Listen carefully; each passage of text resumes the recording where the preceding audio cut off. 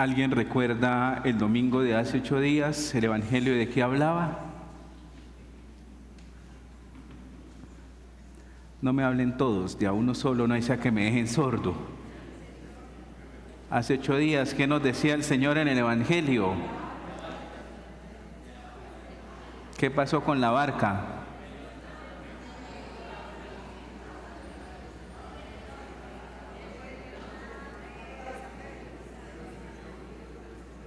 Pedro hace 8 días nos decía que nuestra fe a veces era muy débil.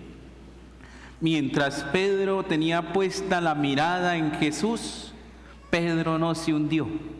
Inmediatamente Pedro sintió miedo, sintió la tormenta, sintió la fuerza del mal, empezó a hundirse. Y el reproche de Jesús es: hombre de poca fe. 8 días después, una mujer cananea, una mujer que era considerada como los perros, porque por eso el evangelio habla de los perros, de los perritos.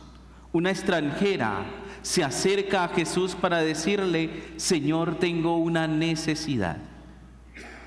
Y a veces pareciera que Jesús, frente a nuestras necesidades, frente a nuestras tristezas, frente a nuestros dolores, fuera indiferente. El Señor como que se queda callado. Pero vea, esta mujer sigue perseverando. Se postra de rodillas ante el Señor y le dice: Señor, ayúdame. Y la respuesta de Jesús fue: mujer, qué grande es tu fe. 2 extremos. Un discípulo que se supone que la fe del discípulo debería estar grande porque está cerca del Señor, está mirando cómo hace milagros, está mirando cómo enseña la palabra, está precisamente en camino discipulado, y estaba alejado. Y aquella extranjera que no ha hecho escuela con Jesús tiene una fe grande. Hemos llegado al 20º domingo del tiempo ordinario, y hoy la palabra de Dios nos pone frente a 2 realidades. La realidad de entender que Dios no excluye a nadie, y la realidad de entender que la fe, cuando es auténtica, es capaz de romper y de atravesar fronteras. Es decir, queridos hermanos, mientras nosotros muchas veces creamos puentes de división, puentes de discordia, puentes de odio, puentes de venganza, Jesús nos muestra que el camino es el camino de la reconciliación. Mientras nosotros muchas veces excluimos al otro porque piensa diferente, porque habla diferente, porque pronto no va afines con mi partido político, mientras yo lo rechazo, Jesús nos está diciendo: todos son hijos míos. Vea la riqueza de la palabra de Dios. Hoy la palabra de Dios nos muestra esa riqueza y nos habla a nosotros como iglesia. ¿Qué decía Isaías en la primera lectura? Mi casa es casa de oración.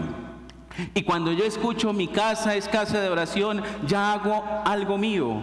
Mi familia debe ser una familia de oración. Mi comunidad debe ser una comunidad de oración. Mi vida debe ser una vida de oración. Colombia debe ser una patria de oración. La iglesia, y la iglesia somos nosotros. El Papa Francisco insistió muchas veces en que la iglesia no puede ser de puertas cerradas. Debemos ser de puertas abiertas. Abiertas frente al sufrimiento, abiertas frente al dolor, abiertas frente a la tristeza, abiertas frente a la impotencia, abiertas con el deseo de la reconciliación, abiertas con el deseo de la paz. Cuando una persona se cierra, todo empieza a destruirse. Cuando una familia se cierra, todo empieza a destruirse. Cuando una comunidad se cierra, todo empieza a destruirse y a dividirse. ¿Qué tan abiertos somos a los demás? Vea Jesús las actitudes que tiene con esta mujer. Es una actitud de total apertura. Una mujer que viene con un sufrimiento ante Jesús. Una mamá que está preocupada por su hija. Una mamá que quiere dar lo mejor por su hija. Una mamá que seguramente ha perdido las esperanzas y que ha puesto la esperanza en el Señor. Y los discípulos parece que no les importara el dolor. Son como indiferentes. Señor, despida a esta mujer rápido que nos está incomodando aquí. Salgamos de ella rápido. Pero esta mujer, en medio del rechazo de los discípulos, en medio de pronto del decir, quite de ahí, que usted no forma parte de este grupo de discípulos, la mujer persevera. La mujer se arrodilla ante el Señor y le dice, Señor, ayúdame. ¿Cuántas veces nosotros también hemos tenido que decirle al Señor, Señor, ayúdame? Ayúdame con este esposo que a veces es testarudo conmigo, con esta esposa, con estos hijos, con este vecino, con aquel que me trata mal, que me humilla, que es deshonesto, que no me paga lo que me debe pagar. Señor, ayúdame. Hoy el Señor nos invita a ser permanentes y perseverantes en la oración. El problema de nosotros, amados hermanos, es que venimos, oramos y queremos respuestas inmediatas. Venimos y pedimos milagros y queremos que el milagro se dé inmediatamente. Venimos y le pedimos a Dios, y si Dios no nos responde, entonces desconfiamos de su providencia y de su misericordia.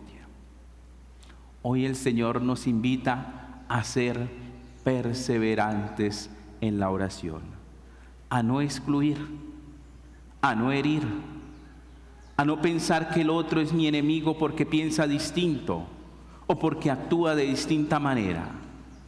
Dios nos recuerda que todos somos hijos amados de Dios. Por tanto, tenemos que ser una iglesia misericordiosa. Por tanto, tenemos que ser una iglesia de puertas abiertas, una iglesia que sabe escuchar, una iglesia que sabe amar, una iglesia que sabe crear puentes de reconciliación, una iglesia que sabe crear puentes de justicia. A eso estamos invitados. ¿Cuántas veces cuando llegamos a un templo, inclusive aquí, y ven que el templo está cerrado, nos molestamos? Padre, ¿y por qué tiene la iglesia cerrada? Si es que yo voy allá a orar y ya tengo mi horario específico para orar y no sé qué, y uno llega y la iglesia cerrada. Pues el templo puede estar cerrado, queridos hermanos. Lo importante es que usted no cierre el corazón, porque si su corazón se cierra, usted se hace daño y le hace daño a los demás. Y anida en su corazón odios, y anida en su corazón resentimientos, y anida en su corazón deseos de venganza. Tenemos que ser una iglesia abierta. Y la iglesia no es el templo, la iglesia somos nosotros. Que cuando el esposo llegue cansado o que llegue con problemas, usted pueda decir en su casa, sí, estoy cansado, pero tengo tiempo para escucharte. Que cuando los hijos lleguen a contar los problemas a los padres, sí, estamos ocupados, estamos trabajando, pero tengo tiempo de escuchar. La actitud de Jesús es la actitud de la escucha. Frente al dolor, frente al sufrimiento, frente a la tristeza, frente a la impotencia. ¿Qué estamos haciendo? Y es la gran pregunta como iglesia. ¿Qué estamos haciendo ahora por nuestros hermanos que están sufriendo? Por los hermanos que han perdido todo, por los hermanos que están llorando a sus familiares. ¿Cuál es nuestra actitud como católicos? ¿Cuál es nuestra actitud como iglesia? ¿Es una actitud abierta a ayudar o es una actitud egoísta y cerrada? ¿Qué estamos haciendo para construir una Colombia reconciliada y reconciliadora? Necesitamos menos divisiones y más unidad.